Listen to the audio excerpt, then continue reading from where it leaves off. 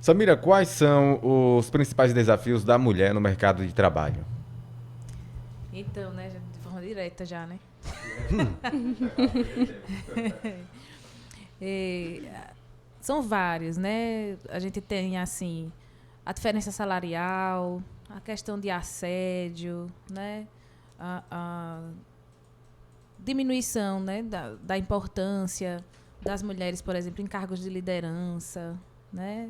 As mulheres não são colocadas em cargos de liderança, por exemplo. Existe uma resistência muito grande de homens a serem submetidos ali, né, à liderança de uma mulher.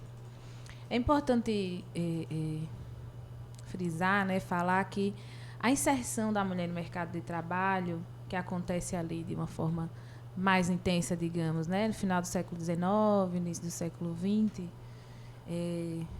ela está entre o momento assim das duas guerras, né, Primeira Guerra Mundial e Segunda Guerra Mundial. E aí a gente não pode esquecer como é que as mulheres entram no mercado de trabalho, porque existe, hoje a gente fala muito, né, na luta feminista e tal.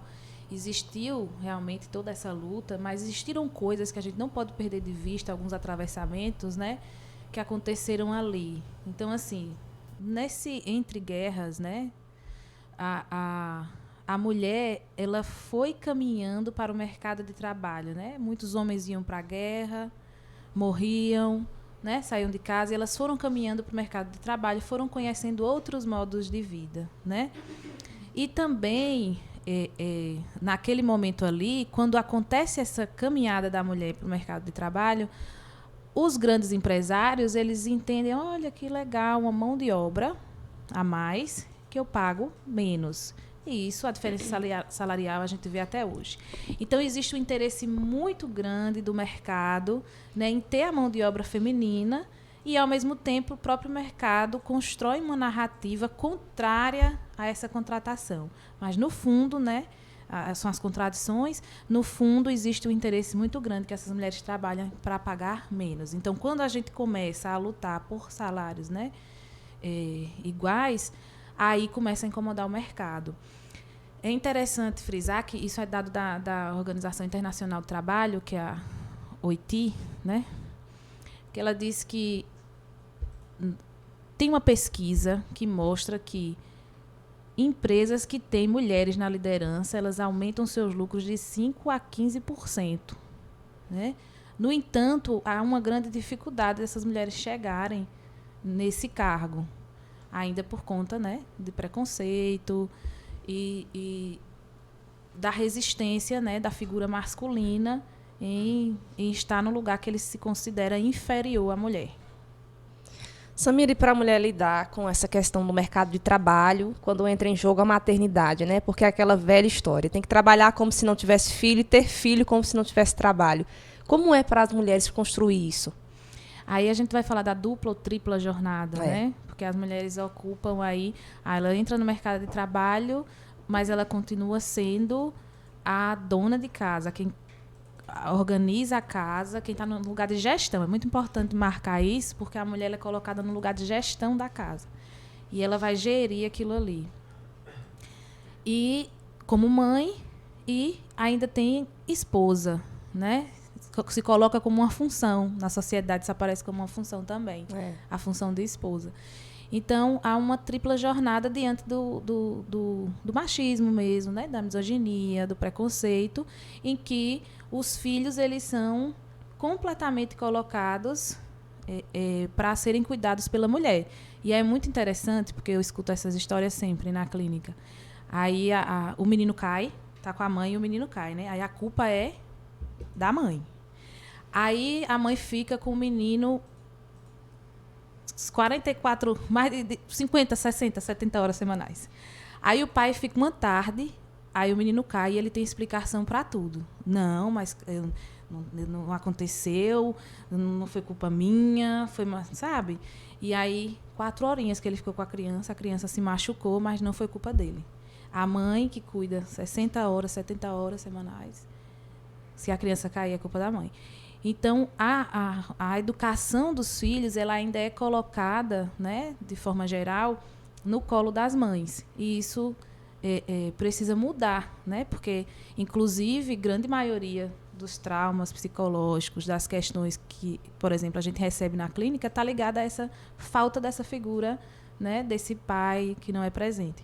Inclusive, outra coisa é, a mulher, quando ela ocupa, né, esse lugar de gestão, é uma outra coisa, um outro atravessamento importante de falar nessa caminhada da mulher para o mercado de trabalho, que é, os homens, eles construíram uma cultura de abandono da família, né? Então, a gente tem, de dado do IBGE, eu acho que hoje muito mais, né, mas que um dado antigo é de 5 milhões de crianças sem o nome do pai, né, na certidão, e não só o abandono afetivo também, não só do nome, né, mas o abandono afetivo.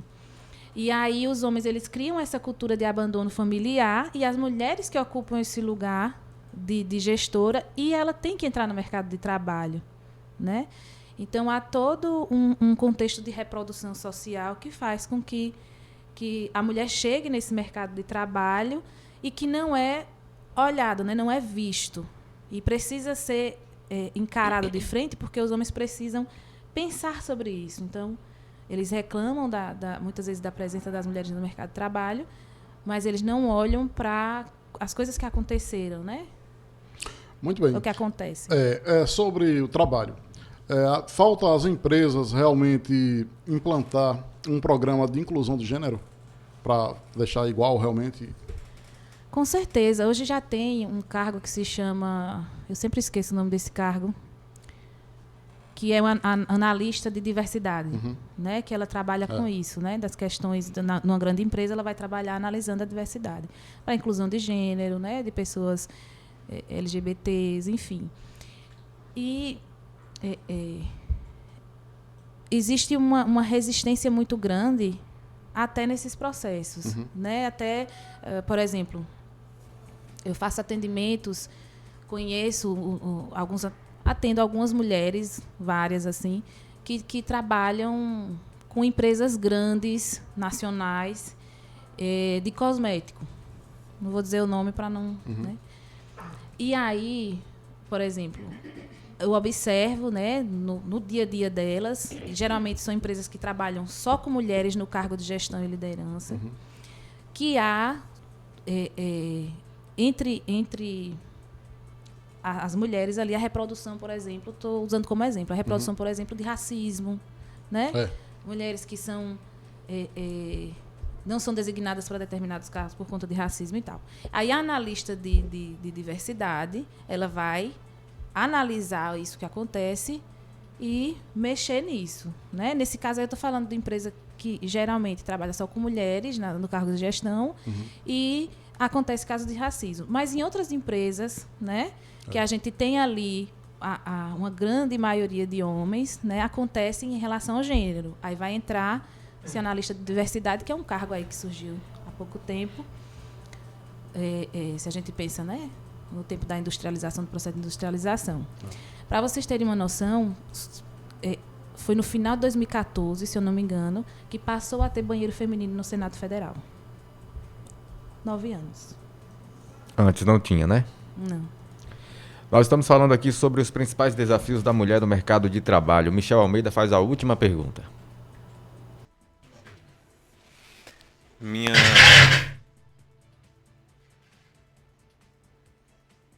Minha pergunta, Romário, é se a profissional que está no estúdio, ela poderia nos dizer se existem algumas áreas em específico em nosso país em que existe uma discriminação maior quando se fala em mercado de trabalho para o público feminino.